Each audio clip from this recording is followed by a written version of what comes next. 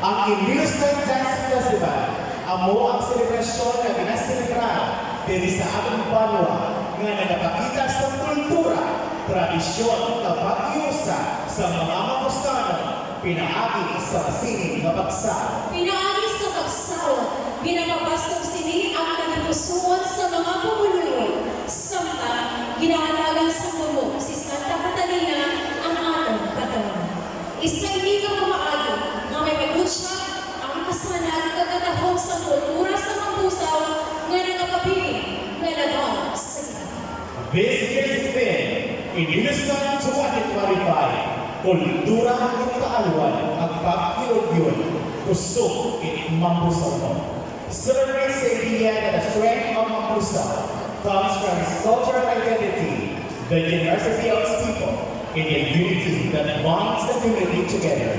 This year's theme is also a call to honor the past, practice kindness today, and work together toward a brighter, stronger, and more united Mambusaw. Sa atong pinalangga ang Mayor, Honorable Villario A. Gabon Jr., Vice Mayor Honorable Richard L. Buenavista, mga mahugod kagtambad ng serbisyo ng Sangguniang Bayan members, Honorable Mary Ann Davao, visitors to Committee on Tourism Chairperson, Dance Festival, Sir Kenneth Vigarente, Municipal Tourism Officer, our former Mayor, Honorable Samita Davao, Dr. Annalyn C. Lozada, Principal to Mambusaw East National High School, Dr. Robbie Lloyd Mobilia, Senator, College Director, Capiz State University, Mambusaw, Sir Menard P. Abara, Principal to Aldavi Moises National High School, Dr. Marie Paz Alvarez, Principal to of Mambusaw National High School. Fellow Mambusaw, friends, ladies and gentlemen, in all genders, welcome to the Ilustan Dance Festival Competition 2025. To appreciate our celebration of culture and creativity, we request everyone to please rise and join us in the prayer to the 25th year. Let us unite in one vision and one spirit as we express our patriotism for our homeland, for the singing of our national anthem, and as we honor our beloved municipality with an Mambusaw hymn. Please stand for these specific numbers.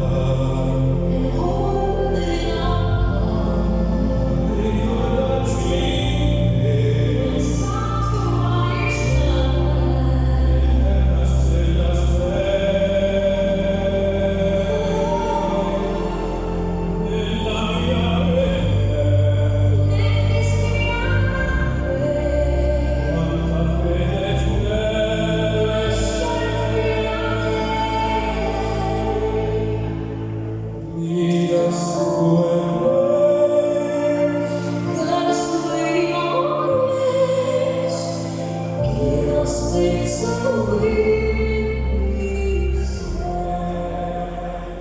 Mga kababayan, ang pambansang awit ng Pilipinas. Walang magiging perlas ng sinamahan, alap ng puso, sa ito'y buhay. Lupang hinigang, tulad ka lang magiging sa manluluki. Di ka masisingil sa lahat, kung sa sino at sa langit mo lugar. May lahat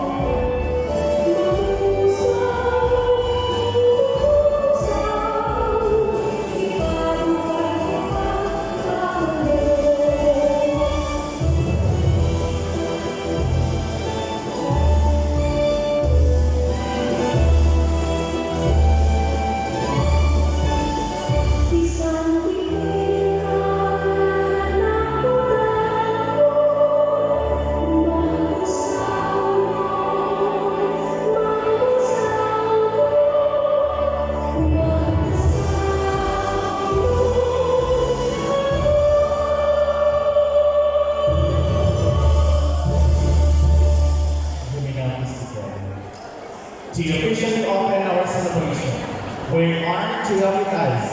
A leader who has shown unending support for Mambusa's cultural endeavors. Ladies and gentlemen, in all chambers, in behalf of Honorable Ilegario A. Lawal Jr., Municipal Mayor, let us all welcome our esteemed member, Chairman of the Committee on Tourism, Honorable Miriam T. Davao, for her opening remarks. Let us give her a big round of applause. Thank you, Ma'am Picture Ceremony. Sa atong pinalanggang Mayor, Honorable Ilegario Alayon Labao Jr., Vice Mayor Richard Coinagasta, my fellow SC member, to all the principals, teachers, mga ginikanan, mga estudyante, ilabingin sa ato ng mga judges, sa ato ng mga bisita, mga pinalangga ako, mga kabusang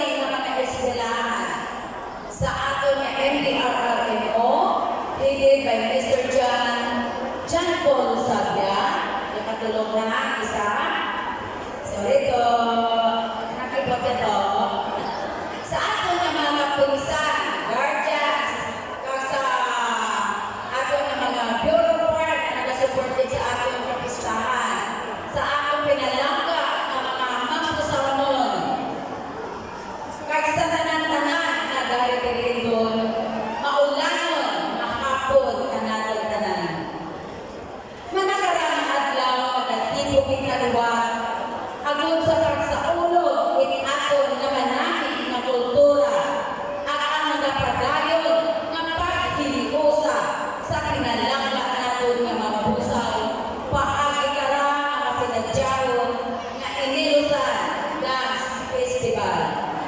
Ang inilusan, celebration, hindi lamang tradisyon, kundi pahanumdum man aton kaabtanan, aton nga espiritu at kuliganay, at ang kalipay nga nakapumpo sa tanan.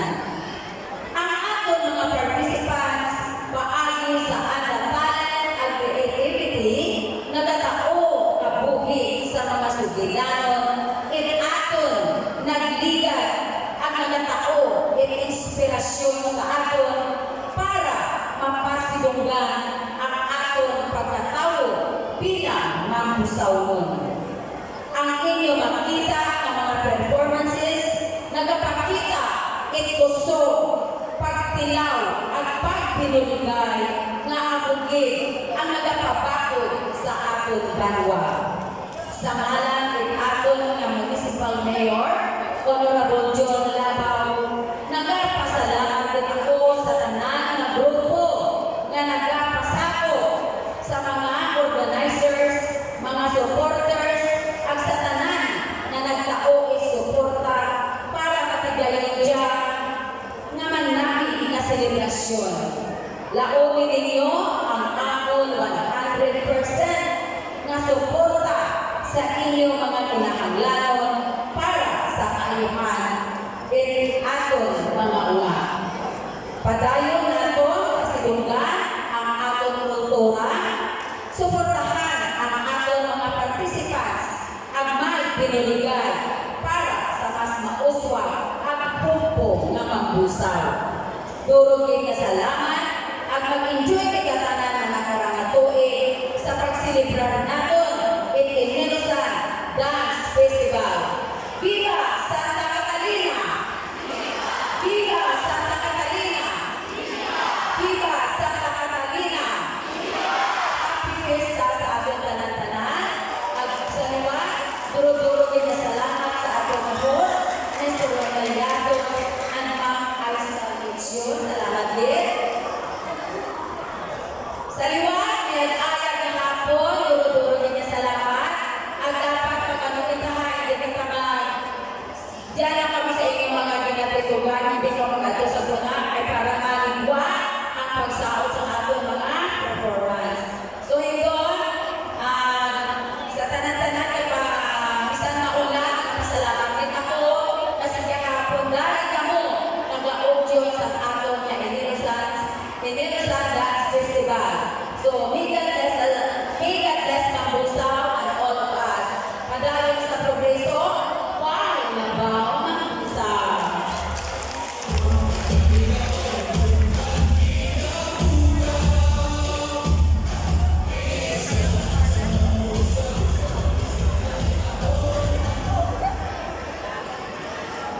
Alright, thank you so much once again, Madam Rosalina Gata. And now, it's time for the main event, the Inilusan Dance Festival Competition. Prepared to be amazed by the creativity, energy, and artistry of our beloved and talented performers as they showcase their passion for dance, as they vie for one prestigious title, the Inilusan 2025 Dance Festival Champion. To ensure fairness and clarity in today's competition, we will now move to the reading of official guidelines and criteria for judging.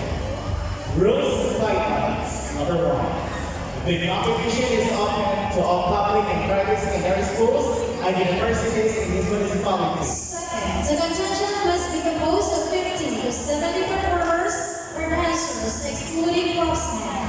However, propsmen are required in block costume for identification. The contingent is advised to be inside the ambulance level Belgrade Cultural Center 1 hour before competition for the ocular inspection for the number of members. 1 point shall be adopted and never judged for not following the contingent composed of 50 to 70 performers or dancers. Thirdly, the performance with dance and training must depict the Inilusan and Mambusaw culture. Thus, Inilusan festival jingles are to be used during the performance. Storyline is encouraged, provided reading of the synopsis is maximum of 200 words. Trainers should be bona fide copies not only, provided the cultural coordinator of the participating school should see to it that choreography, concept, and theme of the Unison Dance Festival is in accordance with our agreed rules and guidelines. B. The allotted time for performance in the town or in this hall is from 10 to 12 minutes, excluding synopsis reading, entrance, and exit. Setting up of props and risers is allowed only for 1 minute. Physical jingles are a must and should be played in full. Other music is permitted aside from official jingles. However, contingents are required to use the Unison jingle fast. The 4 basic Unison steps are also required in the dance. The contestant must provide a red cloth and to erase as a signal that they are ready to perform. Time starts as soon as the music is played on air. As soon as there is a movement. Choreographers or trainers should see to it that movements are not dangerous to the performers and audience. Lifting is allowed after the second level. Recorded music will be used.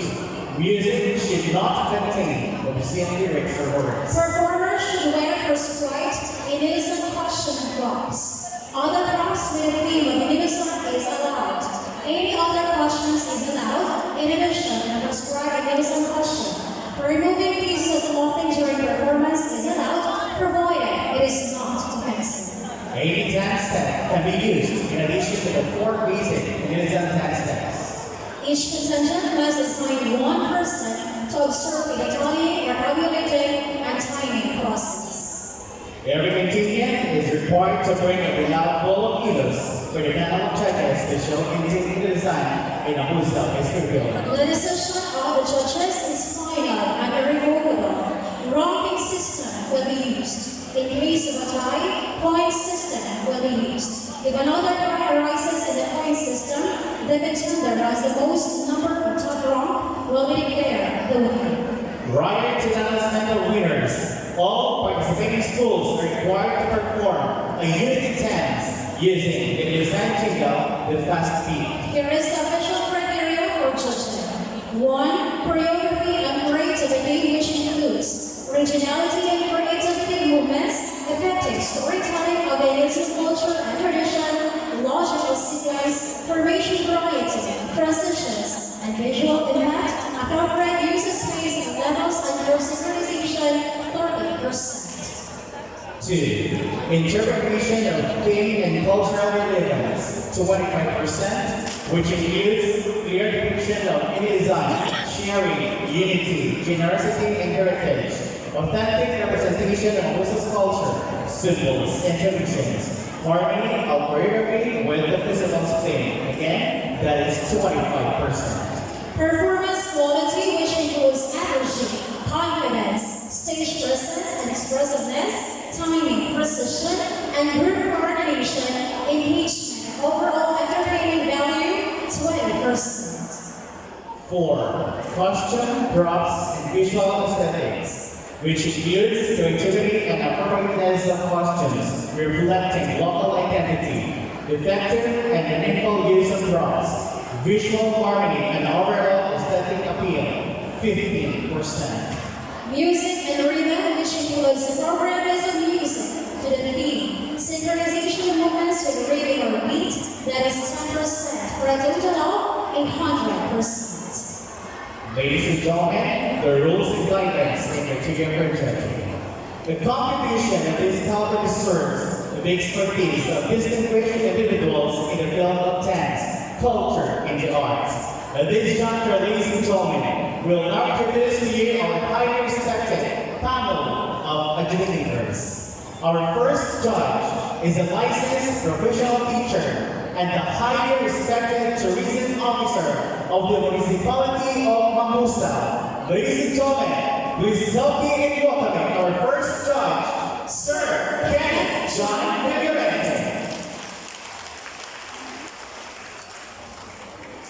This time it is our pride and honor to present you our second judge, Our second judge is a passionate and dedicated artist, a seasoned dancer, trainer, and choreographer with a strong academic and professional background in dance and physical education. He earned his Bachelor of Physical Education, major in dance and sports from West Visayas State University, College of Istar, La Paz, Iloilo City. During his college years, he honed his craft as a member of the prestigious Irong Dance Company and the world-renowned Edwin Sidjuelo Dance Company of the Philippines, based in Iloilo City. Continuing his pursuit of excellence, he completed his master's course in teaching, major in physical education at Philomar Christian University, Rome City Campus, where he is also currently pursuing his doctoral degree in physical education. His passion for dance has taken him to the international stage, proudly representing the Philippines at the 36th Texas Folklife Festival in San Antonio, Texas, and Minnesota, USA in 2007. He also participated and performed at the Fiesta Balalaga, Coronadal International Folklife Festival in 2017 and 2019, organized by CFOMF, held in Coronadal City, South Cotabato. Head choreographer Tibo Palagiao 2025 Malakas sa Kapisnon and was awarded as bronze champion and who won the Kapsuhanan Grand Winner Palagiao Festival 2025. His commitment to preserving and promoting Philippine folk dance extends to his role as a technical team member of South Kapisnon Folk Dance Competition from 2022 to 2024. Currently, he serves as an assistant professor for and as social cultural coordinator at Capiz State University, Dumaro Satellite College, Dumaro, Capiz, where he continues to inspire and mentor the next generation of dancers and cultural artists. Ladies and gentlemen, our second judge, Dr. Manuel Pastrana.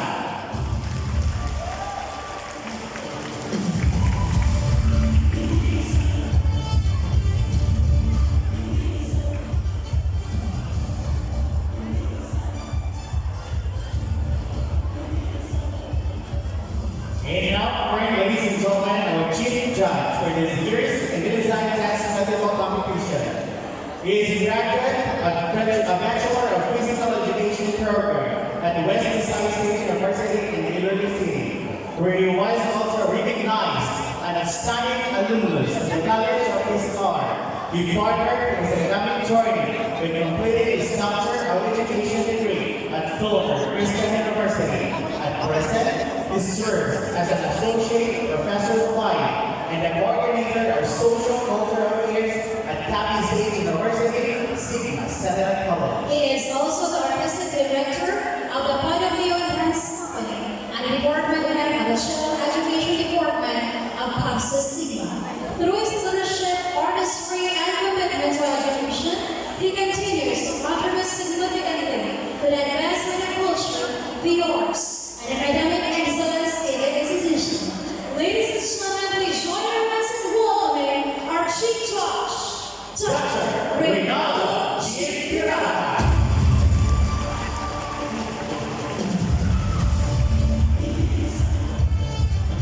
Before we begin the competition proper, let us witness a performance from a group that has made its remarkable in the history of the festival. Capiz State University Boreas Campus, the Unisan Festival Dance Presentation, have been hailed as five-time Grand Champion. with their last title, Dance of Fate to Earth Warrior. This performance honors Saint Catherine of Alexandria and reflects the steadfast faith of the people of Lambusa. Through joyful and powerful movements, it expresses the community's hope for triumph, unity, and peace. Guided by the innocent spirit, the dance portrays the sharing of blessings and the spirit of preparation that strengthens every Mampusano. It is a celebration of faith that leads the community toward goodness and hope. In Liga Presentasyon, Hinahalal kay Santa Catalina sa Alejandria, at nagapakita in magtibay at pagtuo sa mga pamuluyo ng mambusa. Paati sa kalimayan at magpuso ng mga iho. Sa mga nagtatanong, magsisimula pa lang ang mga para sa kanta first sa performer. pamulay para sa kadalagan, paghiligod at kalinigan. Inigas sa ako, nagpakita ipagpakambit sa mga bendisyon, kagang Espiritu sa kooperasyon, na nagpaligpon sa taksa pamamustaon. Sa hindi ka pagsilibrar sa pagtuong na pagkakadulong sa komunidad, pagtulong sa kayuman, pagpaglaw. Napanghap sa ilalong sa pamanuan ni Dr. Roger B. Madiglong, Campus Administrator, Tatarefers, Mr. Nino N. Horario, and Mr. J. Ramon N. Alayon. Ladies and gentlemen, presenting Coppy State University, Purias Campus, The Innocent Dance Festival, Breast Up Champion.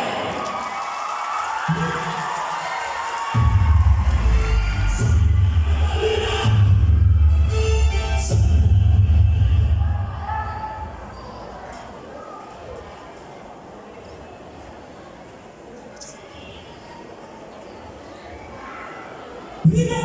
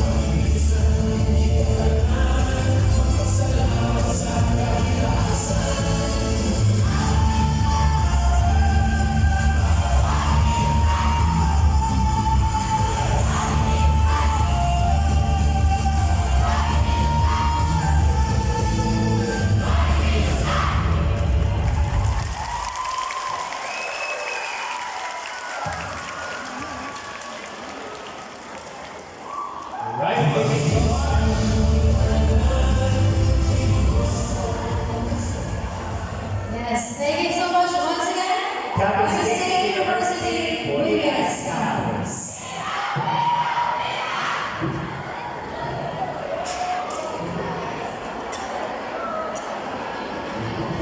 Right, tatama na po sa Mikwa ang ating exit area nila sa likod. Para ang mga contenders and our presenters. Sanaway sa ating audience na nasa sa likod na giveaway sa ating mga performers na nakaprestar sa kanilang mga props. Thank you very much. And to all our contenders, please be ready. Sunod-sunod na sa dyan ang mga performances. Thank you. I guess ang ating first contender ay ang ibigay nila ng props. Tapos na natin ba?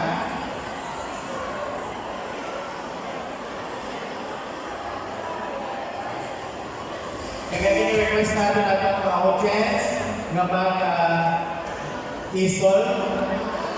palikod, list natin sa side. Kaya kailangan nila natin mga contenders sa malapad na area.